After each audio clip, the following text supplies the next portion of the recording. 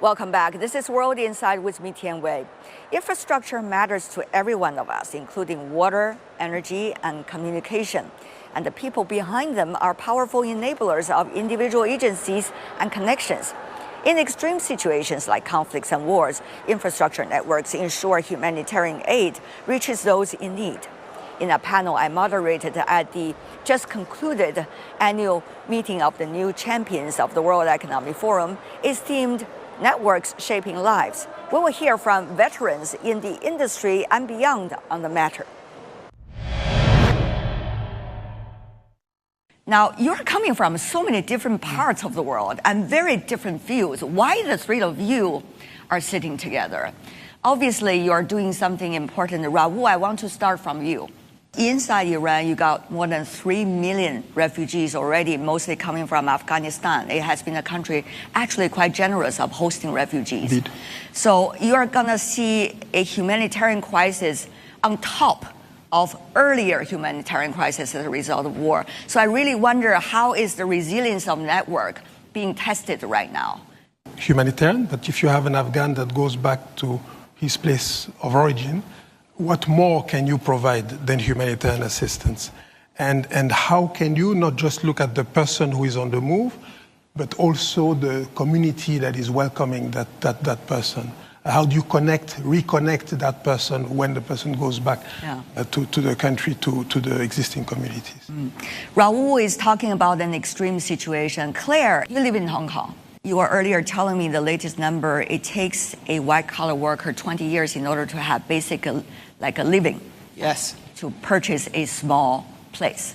So now that city, I know, is working on that. Yeah, we think of networks, we think of what are those things down the fairway where everyone can align. And in the Hong Kong example, you're right. So for a white-collar worker, 20 years of salary, white-collar salary, to be able to afford to buy an entry-level apartment.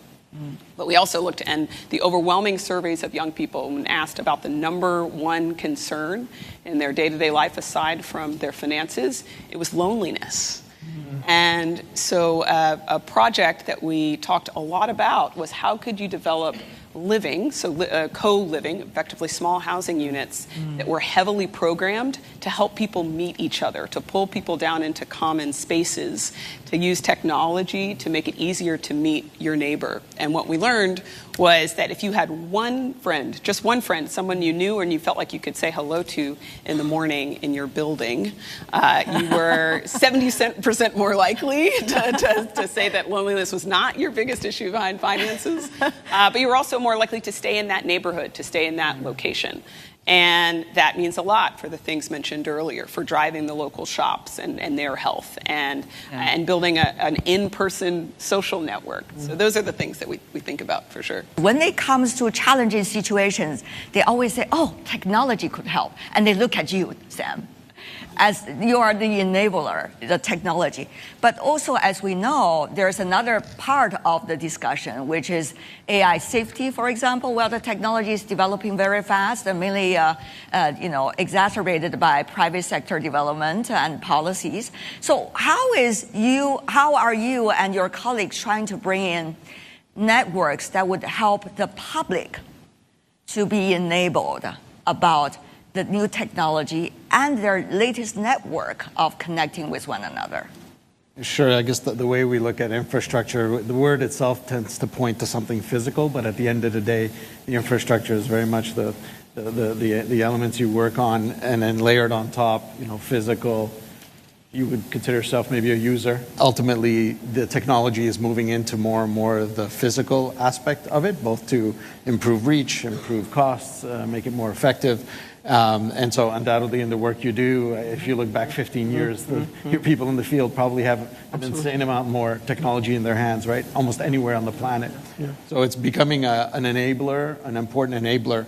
At the same time, coming from the digital world, I'll take part responsibility of the last 15 years, but I'm not sure anyone would call the evolution of social media as having been perfect over those last 15 years. It has come with its own challenges, right? And that's a reality. It unfortunately great for connectivity, but it has also resulted in a divisive discussion or targeted kind of news feeds that pull you in a certain direction, one after the other. So, quite powerful. We all use it. I'm not sure there's one person in this room that doesn't have a cell phone and doesn't use it to manage their daily lives.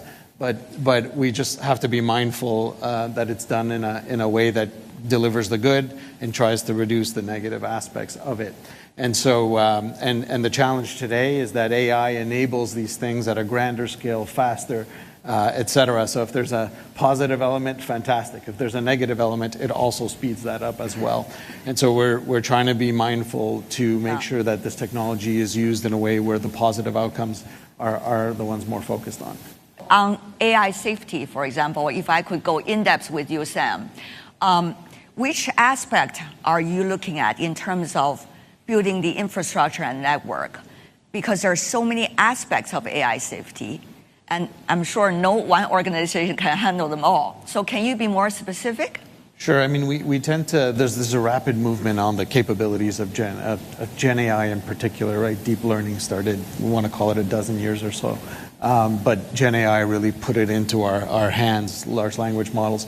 And now it's starting to proliferate amongst the business community and the various infrastructure assets, financial assets. And so the challenge, though, is that the technology is moving so quickly. And especially kind of recently, let's call it the last year, we're seeing elements of the behavior of these models that, unfortunately, they were trained on human knowledge and they picked up on the elements of deception, misalignment, right, self-preservation. And so the technology is moving so quickly that we're seeing these elements. And part of it is we're running past them because we want the outcomes out of this technology as fast as possible. So in our case, we're really trying to focus on the core capabilities of AI. That's number one, to make sure that when we put models in place to one day run our electric energy infrastructure, our logistics infrastructure, teams on the ground, that it's reliable and safe, number one, and that it can't be influenced either by the AI itself or bad actors. And then there's the use by bad actors of these novel capabilities. So if they were going to do something bad before, they could do something bad times 10. I really wonder, how is this so-called hardware of infrastructure and network work now with the logic of what you call the communication? Because I think that is the key for this session. Raul, in your field, you earlier talked listen and then you talk. It's not as simple as that, right? Can you help us to understand on that soft side of communication, building networks, how does it work? An example is when you have refugees arriving in a country or in a certain context, it is key to make sure that the refugee community can communicate with the host community.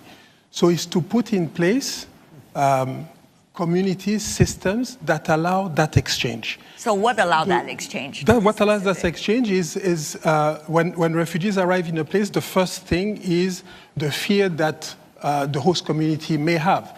You have people coming from elsewhere. Why are they coming? What do they represent? So it's to put in place communities among refugees, communities among the host community, and make sure that they can talk, that they can communicate, and that you can together define how those who are arriving can contribute to the social life and to the economy of the country which has welcomed them.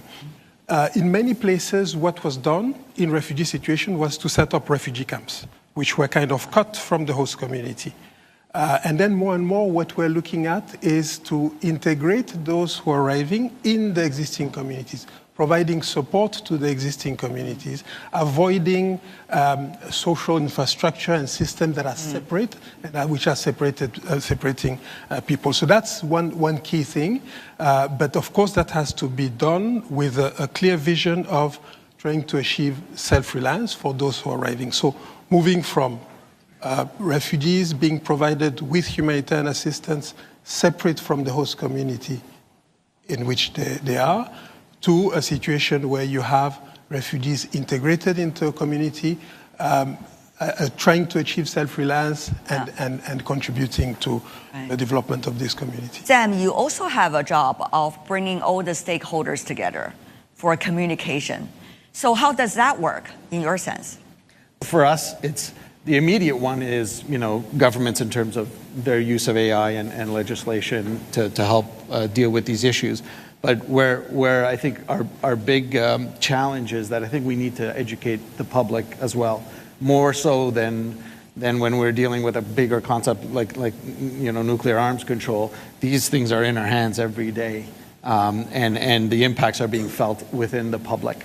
And I find the distance between what is happening at the frontier level of AI development and what the public knows, that distance is very large today. And I think it's part of our role as well to try to help give technical solutions to solving the challenge we're going to face, but also to bring the public. But how does that public literacy network works? Yeah, I think we have to keep it at a level that the public can engage. Public both. Can you give an example? Well, I think when we're looking at recent behavior, so we all have ChatGPT on our phone. If I say raise your hand if you haven't used one of these Gen AI, no one's going to raise their hand. We have all used it.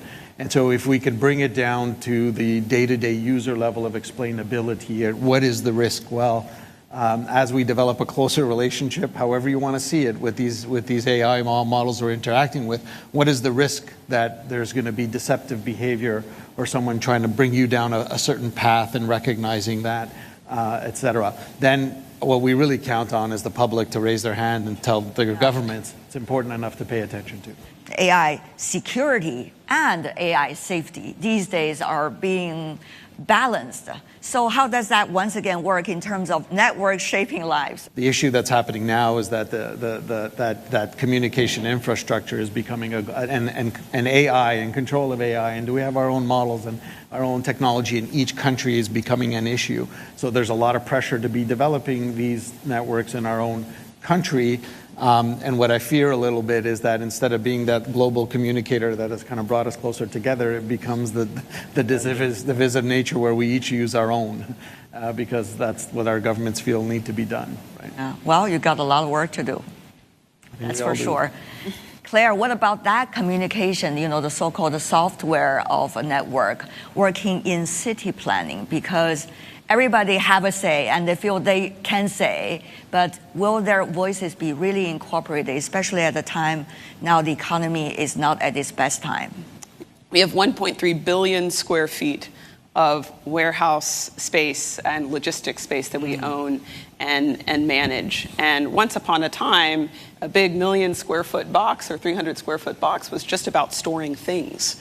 Right? Now, that's 1.3 billion square feet of possibilities of roofs for solar.